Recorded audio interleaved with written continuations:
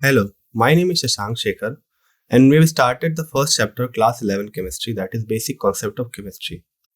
So, in the previous lecture, we studied about the properties of matter. We primarily divided the matter's property into two types. That was first one was chemical property, and the second one was physical property. Okay, so it were chemical property and physical property. Okay. Now, in moving forward, we studied how to measure this physical properties. Okay, so you can measure the physical properties. Example: suppose you have to measure the length of the room, so you will use a ruler to measure the length of the room. Or if you want to measure the temperature of the room, you can use the thermometer for doing the same. So we studied about this measurement, about the measurement of physical properties. Okay. Then we studied that how a standard system was developed known as the SI system, which is used uniformly all over the world to measure these physical properties, so that there is no confusion from one person to another or from one region to another. So this SI unit have basically 7 base units. Okay. For example, mass has the unit of kg. Okay. Time has the unit of second. Okay. Length has the unit of meter, and so on. Next, we studied that keeping aside the 7 base units, all other units were called derived units. Okay. Derived units. Okay. Now, for example, speed. Speed is a derived unit. So what is the formula for speed? It is distance traveled per unit time. So distance is a unit of length, and we know that I've written here that the SI unit for length is meter. So we can write m. I'm representing it with m. Okay. Then for time it is second. So we can see that we can derive the unit of derived units like speed using the 7 base units. One more example you can take here, it is you can take acceleration. Okay. So its unit is meter per second square. Also we studied about some of the unit which we'll be using in the whole of this book. Okay. One I can mention all those names here: mass, weight, then it was their temperature, density, and volume. Okay. So we studied about these common units as it will be used in whole of the book. Now moving to today's lecture, we will discuss about the uncertainty in measurement. Okay, so whenever we measure something, any physical property, there is some sort of uncertainty with it. It can be large or small based on the instrument which you are using, the accuracy of that instrument. So there is certain uncertainty in every measurement.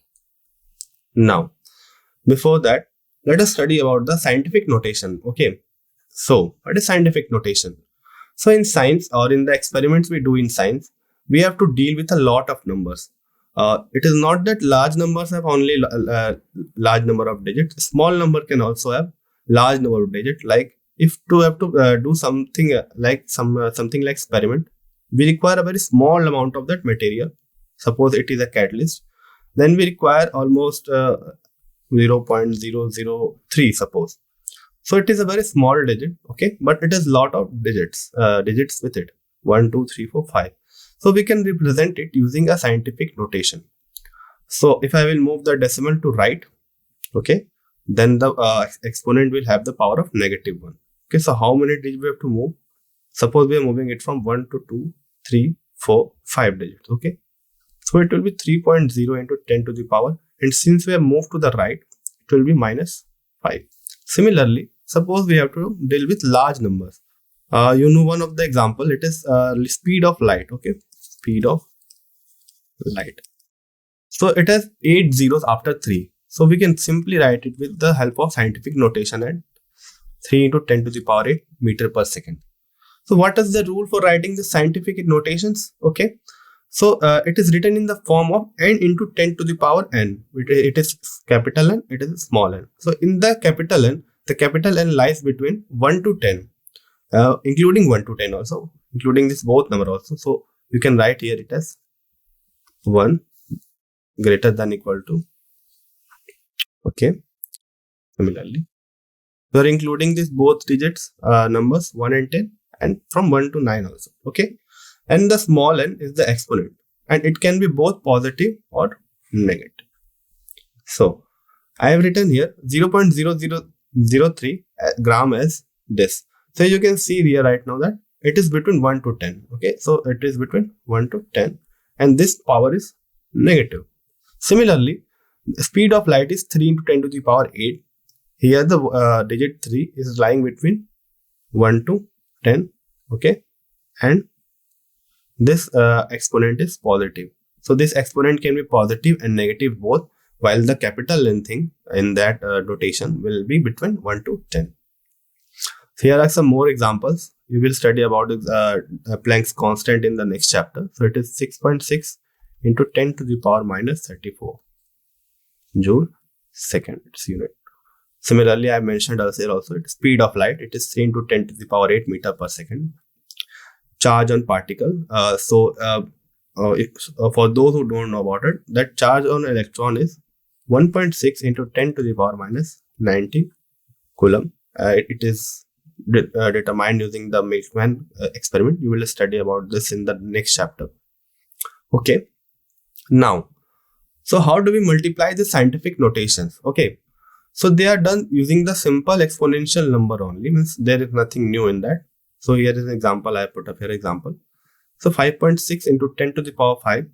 This is one scientific notation number. Okay, suppose it is A. We are multiplying it with 6.9 into 10 to the power 8. So it is B. So we multiply the numbers first, which is lying between into 10 simply. We'll get it here 38.64.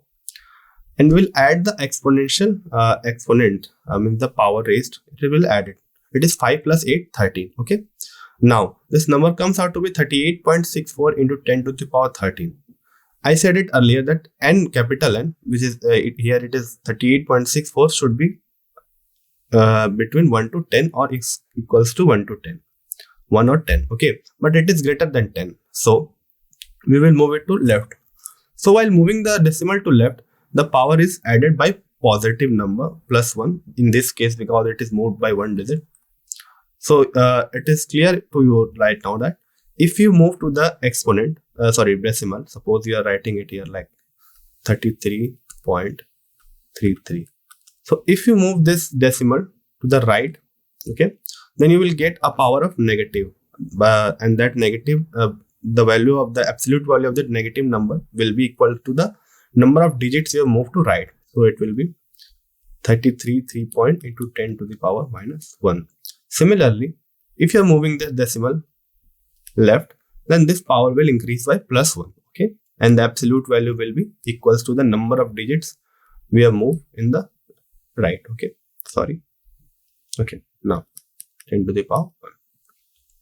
So we will use this thing in our scientific notation each and every time. We have to put it in the form of n into 10 to the power n, okay. Now, here is one more example you can see here. If you want, you can work it out by yourself. Okay. So here is an example of division. So it will have the same form. Just when you will divide this 2.7 10 to the power 3 minus 3 divided by 5.5 into 10 to the power minus 4. So you will simply divide these two number. Okay. You will get 0.4909. You can do it. And this adds up. Okay. Okay. So it will be 10 to the power minus 7. Now, since this decimal is, since the digit is not between 1 to 10 and it is less than 1, so we'll make it bigger by moving this decimal to right. Now, since I'm moving this decimal to right, okay, so we will subtract the exponent by minus 1, okay. So it will be minus 1, so it will become 10 to the power minus 8. The final number is this. Now, for the addition and subtraction thing, we have to make the exponent same. Suppose there is a number here it is written here 6.65 into 10 to the power 4 and 8.95 into 10 to the power 3. Okay, 8.95 10 to the power 3. Now you have to add these both digits, but this exponential term here, they're not equal. So first we have to make this both thing equal. So how we will make it? Okay, so suppose we are making this, we are increasing this 10 to the power 3 to 10 to the power 4. So for that you have to increase it by plus 1. So we have moved the digit from here to here by 1 digit. Okay, so we will increase it by 10 to the power 4. Now we can add it simply using the decimal system which you know earlier. Okay, that is 5 plus 9 14, 6 at 14 15. Okay, yeah, it is right. 7.545 into 10 to the power 4. Now similarly, while subtracting, you have to follow the same procedure. Okay, it is written here 2.5 into 10 to the power minus 2 and 4.8 into 10 to the power minus 3. Since the exponential term are not same, it is 10 to the power minus 2 and it's 10 to the power minus 3. We will make it equal. So making the right this digit, this scientific notation equal. So we need to add plus 1 here so that it becomes minus 2.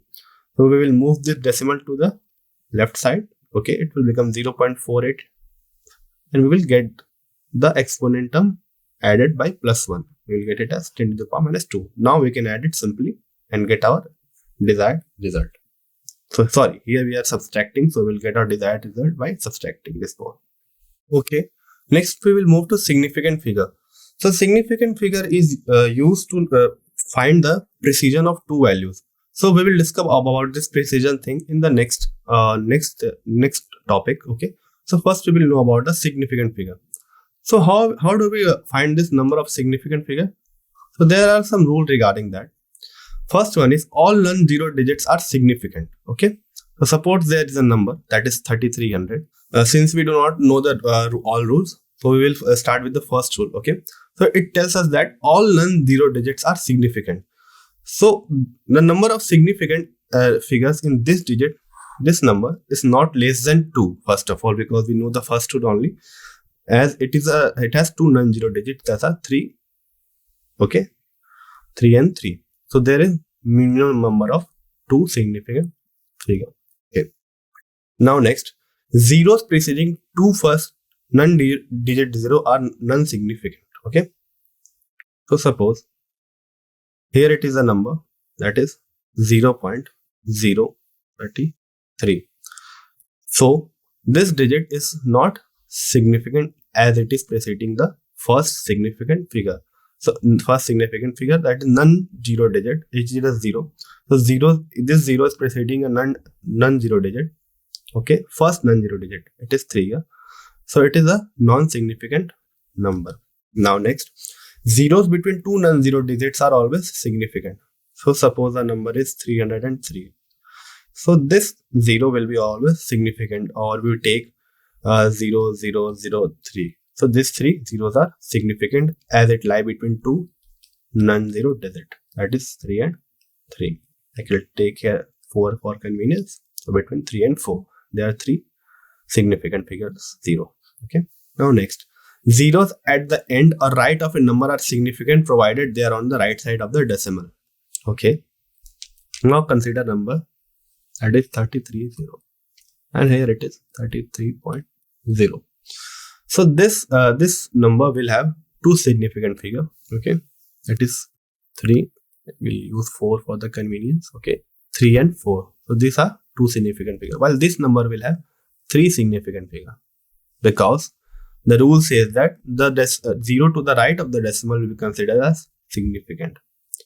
Now, counting the number of objects, like for example 2 ball, 20x, this thing will have infinite number of significant figures. Suppose you have 3 balls. Okay, so it can have 0 0 0 0 0 0. This will have the same value as 3.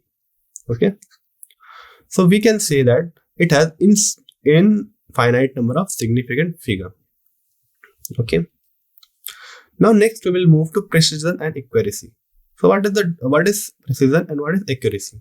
So suppose you measure the length of the table and you found out to be 33.33. Next precision you take, the measurement you take, and you take it as 33.35. Similarly, the next measurement gives out 36.0.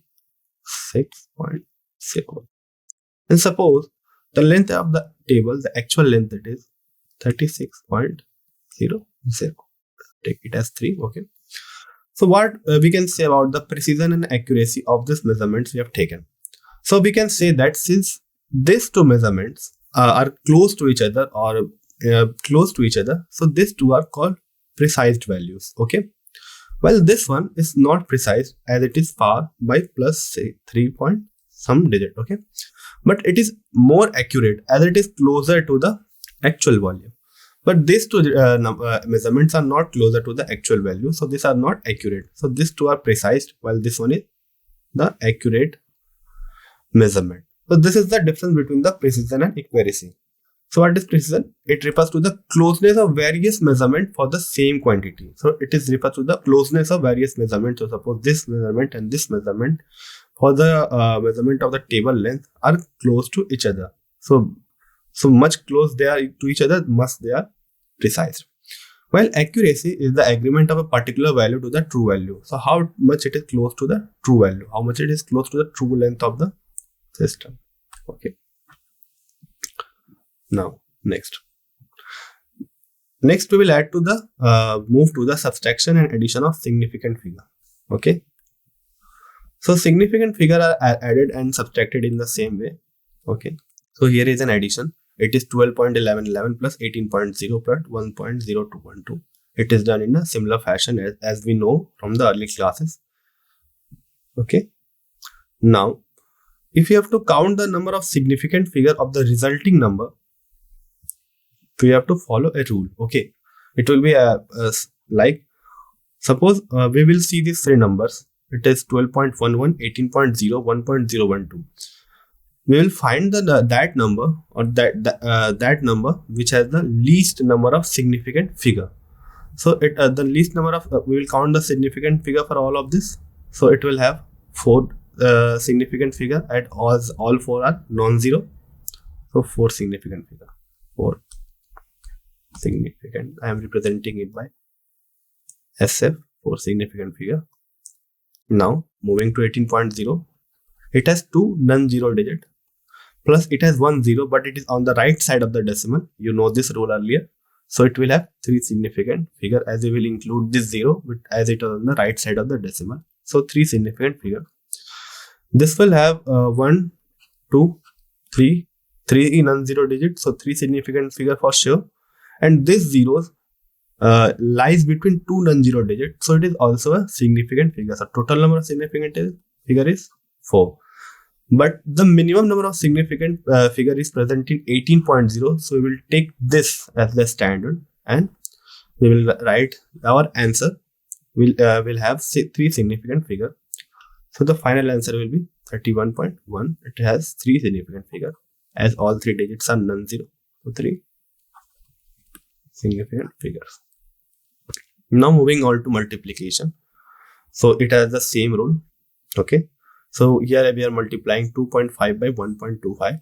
We are getting it as 3.125. Now it has 2 significant figure because the number of non-zero digit is 2 and no zeros are present. So we do not have to worry about any further rules. Similarly, it has 3. But since this one has the least number of significant figure, so our answer will also have the same number of significant figure. So the final answer is 3.1, which has 2 significant figure. Okay. Now next, we see here that we are excluding some of the digits on the right side so that we can take the number of significant figure same, the minimum one. Okay.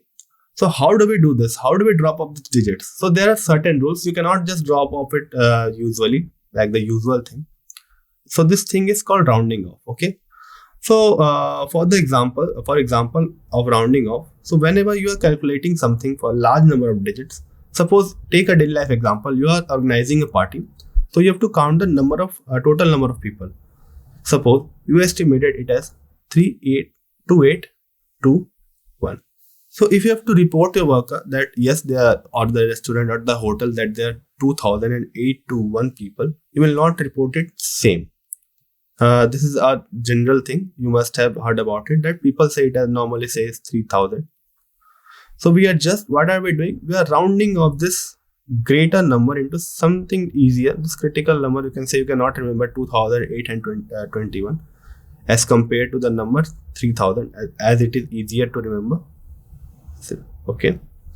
So this rounding of thing we do in our daily life also. In science also we do this, but it has certain rules to follow. Okay. What do we do? So suppose, consider we have a number that is, the fields consider the first rule. Suppose we have a number which is 31.562. Now you are said that you are said to round off this number to two digits after the decimal. Okay. So what are the two digits? 5, 6. So you have to remove this number 2. So first rule says that if the number is less than 5, then we have just to remove this number simply, and we will get our answer. We don't have to do anything. Now consider the second rule. Suppose the number changes to 31.567. Okay. So what we can say about this? So since this digit at the last which you have to remove is greater than 5, so we'll increase this digit, just the preceding one, the first preceding one, by +1. So we will, if we will round off this number by 2 digits after the decimal, we will get it as 31.57. Okay, this was the rule for less than 5. That will not do anything. For greater than 5, we will add 1 to the preceding one, the last one. Okay. What do we do in case of 5? If the number we are removing is 5, the first digit. Okay. So suppose your digit is 35.5678. Sorry, I am writing 5 here. Okay. Now we have to round off this to 2 digits after the decimal. So what you will see, that the first digit we have to remove, it is 5. So it is equals to 5. So this rule says that if it is odd, in which case it is same, means suppose this, we'll see this number and say it is odd. So suppose it is odd, you have to see this number, that whether it is even or odd, the last digit. Okay. So it is odd, so we will increase it by +1. This will become it as 31.52. Now take another example which have even number. Suppose it is 35.578, and you are set to round off the digit number by 2 decimal after the place. Okay. So you can see here it is equals to 5, and this digit here, just the last one, it is an even, so we will not do anything. We will keep it as same. So these are the 3 rules. The first one says that if the number you are removing, the first digit we are removing, if it is less than 5, you will not do anything to the number. You will simply drop off these numbers. If the first digit we are removing is greater than 5, then we have to increase the preceding digit by +1. And if it is equals to 5 and the preceding digit is odd, then you will add +1 to it. And if it is even, we will not do anything and simply write it as it is. Now we will move to dimensional analysis. So whenever we are dealing with something, like we are putting the units to it, in some cases we do not use the standard unit. Rather than we use something that is more appropriate for that calculation. Okay. So suppose you have to measure the mass of an electron. So it is very small. So in general, a mass of an electron or mass of an atom. Okay. So we do not use the SI unit directly, as it will contain a lot of notations. Okay. So what we will do, the thing is that we will convert that unit or the system from one system to another, which is more convenient for that calculation. Okay. And the method which we use to do is called factor level method. This is called factor level method or the unit factor method. We will now take some example to make it more clear. Okay. Before that, the same thing is written here, which gives the desired unit. Okay. We will see this thing by looking at the example. Suppose you are set to convert this 3 inch into meter. So for that, you have to know, the first thing you have to know is that how many inches is 1 centimeter. So it is written here that 1 inch is equals to 2.54 centimeter. Now you will just move this number here down in the numerator. So you will get it as 1 inch by 2.54 centimeter is equals to 1. Now this is a unitary number or 1. Unitary number or 1. So if you multiply this 3 inch by multiply by plus 1, then you will get the same thing. So you can multiply it by 1. 3 into 1. Okay. Now I've done it here also. So yes, this thing before that thing, you have to see it here that this digit which we are multiplying, this fraction which we are multiplying with it is called the factor, unit factor. It is 2.54 by centimeter by 1 inch for this conversion, and it will vary from one conversion to another conversion. I will make it clear using more examples. Okay. So what we will do it is, we'll do it. Suppose you are converting from centimeter to inch. So you will use this unit factor. And if you are converting from centimeter to inch, inch to centimeter, so you will use this unit factor. So this both are unit factors. So you will simply multiply it with it to get our desired result. Okay. So we are converting inch to centimeter. So here I will multiply it with 3 inch to centimeter, 2.5 centimeter by 1 inch. Why do we multiply and we do not alter the result? Because this thing is equals to 1. We have discussed it earlier also. So this inch unit will cancel out. You will multiply this 2. It is just a trick. You can't say it like this. Okay. You will get it as 7.62 centimeter. Now there is one more example. So how many seconds are there in 2 days? Okay. I'm leaving this example for you. We will discuss this example in the next lecture. Okay. Now we will move to the next topic, that is laws of chemical combinations. So there are certain laws in chemistry which we use so that we can make our life much easier in the lab. So this chemical combination law, there are 5 of them. The first one is laws of conservation of mass, law of definite proportion, second one. Third one is law of multiple proportion, the Gay-Lussac's law of gaseous volumes, and the Avogadro law. The first one is laws of conservation of mass. You must have read this law in physics also, or if you will learn in the further lectures of physics, that whenever you do a reaction or a chemical change, or physical change and chemical change, there is no net change in mass. Means mass does not change. If you do a reaction, the mass does not change. Okay. Suppose you do a reaction, you take one species that is 5 gram, and the second species it is 3 gram. The reactant which you will get, it will definitely have a mass of 5 plus 3, 8 gram. So this is a simple illustration to show you that laws of conservation of mass exist. Okay. Now this means that matter can neither be created nor be destroyed. Okay. So if it was created or it was destroyed, then this value of 8 must have been altered. If it was destroyed, then it would be less than 8. Suppose it is 6. And if it were created, then it can be 9 or 10. But it is not so. So we can say that law of conservation of mass exists and matter can neither be created nor be destroyed. This law of conservation of mass was proposed by Antonio Lavoisier in 1789 for chemical changes and physical changes.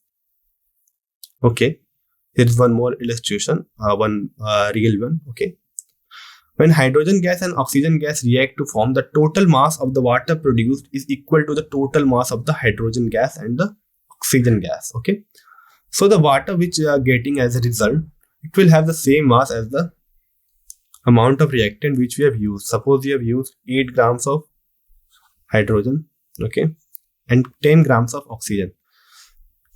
This is a hypothetical situation, okay, and I'm supposing that all this reactant react with each other and we get the final product whole.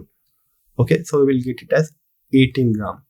Now suppose we are not getting the total amount as it has certain limitations due to the mole concept. we will learn about it, that how one will react and how much will react. Suppose we are left out with some of the reactant. So the product which we are getting, suppose it is X, and the reactant which was remaining, suppose it is Y, that it will also have the same mass at 18 gram. So this thing make it clear that law of conservation of mass exists, and it states that in a simple term you can say that mass can neither be created nor be destroyed. Now the next law is law of definite proportion. Okay, what does this law states? It states that compound always contain the same amount of element by proportion. Okay, exactly same amount. How? What does this mean? So suppose you take water. Okay, so if you calculate the mass of the hydrogen gas in that water, means using the atomic number of atomic units, so suppose you get it as 3. So what will the number of oxygen? It will be 24. Mass of oxygen, it will be 24, and that ratio comes out to be 1:8. So this ratio will remain constant for all water. It will be always 1:8. Okay, 1:8. Okay. Now, it was proposed by Joseph Prost in 1799. Okay. The same example is given here also, that what mass we consider, it does not matter. Where the water we are taking it does not matter. The ratio of hydrogen to oxygen will be 1:8. So next we will move to law of multiple proportion. Okay. So what does this law state? So suppose two elements, hydrogen and oxygen, are reacting. Okay. So we can get more than one compound. So in this case, we are considering that we are getting hydrogen and oxygen reaction gives us water. Okay. And in the other reaction, we are getting it as hydrogen peroxide. So what does this law say? This law says that we are using oxygen for the both cases. So the ratio of these two oxygen which are combining, the ratio of the mass of these two oxygen which are combining will be a whole number. Okay. So suppose we are taking here an example here that we are combining 2 gram of hydrogen with 16 gram of oxygen we will get 18 gram. You can see here the law of conservation of mass also. It is 2 plus 16 is 18. Now in the other case in which we are forming hydrogen peroxide, we are combining 2 gram of hydrogen plus 32 gram of oxygen. So we'll get it as 34 gram.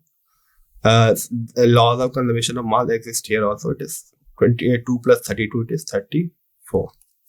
So if you take the ratio of these two amounts of oxygen in both the element compound, okay, so it will be 16 to 32, 1:2. So no matter which compound you are getting using two same elements, okay, you will get this ratio as the whole number only. Now we will move to Gay-Lussac's law of gaseous volume. Okay, so whenever we combine two gases, okay, in a chemical reaction, they do it is in a simple ratio by volume. Okay, but the temperature and pressure should remain same. This is an important point. So let us consider an example. Okay, here is an example. We are taking the water thing only. So here you can see that if you are adding this two hydrogen and oxygen, then we are taking the volume as 100 ml and 50 ml. So whenever we combine two gases, the two gases here are hydrogen and oxygen, to get a third thing, then the ratio in which we combine it is always a whole number. Okay, so here it is 100 by 50. We'll get it as 2:1. Okay. Next we will move to Avogadro's law. So what does Avogadro's law say? It says that suppose we are taking an equal volume of gas, of any gas you can take. In this case, suppose we are taking hydrogen and oxygen. We are taking hydrogen and oxygen. Then it will have the same number of molecule. but the condition is that both the gas should be kept at equal pressure and temperature. It was proposed in 1811 by Amedeo Avogadro. Okay, why it is important? This thing is important because we can just simply calculate the number of molecules using its volume. So suppose we know that suppose one gas has this number of molecules at defined temperature and defined pressure. Okay, now we'll take another gas and we have to know the number of molecules without doing an experiment. So just we will take the same volume, we will maintain the temperature and pressure at the previous one, the standard one which we know, and we can calculate the number of molecules without doing any experiment. So you can see here it is a very important law. Okay, because counting the number of molecules not an easy thing. Okay, we can't do it practically also. We do it using Boyle's law, but for that we have to do a lot of calculation. But we can do it simply if we have one standard which at the maintained at same temperature and same pressure and has the same volume. Now consider an example. Suppose we have two samples of that for our first is of hydrogen. Okay, the second one of nitrogen. Now they have the equal volume. Suppose it has 1 liter. I'm writing it here for your convenience. 1 liter, and this is also 1 liter. And they are kept at same temperature and pressure. So what will be the number of molecule for this two? Suppose it has A molecules and it has B molecules. So it will be, so the number of molecule will be same for both of this. So it will be A is equals to B. Okay. Thank you.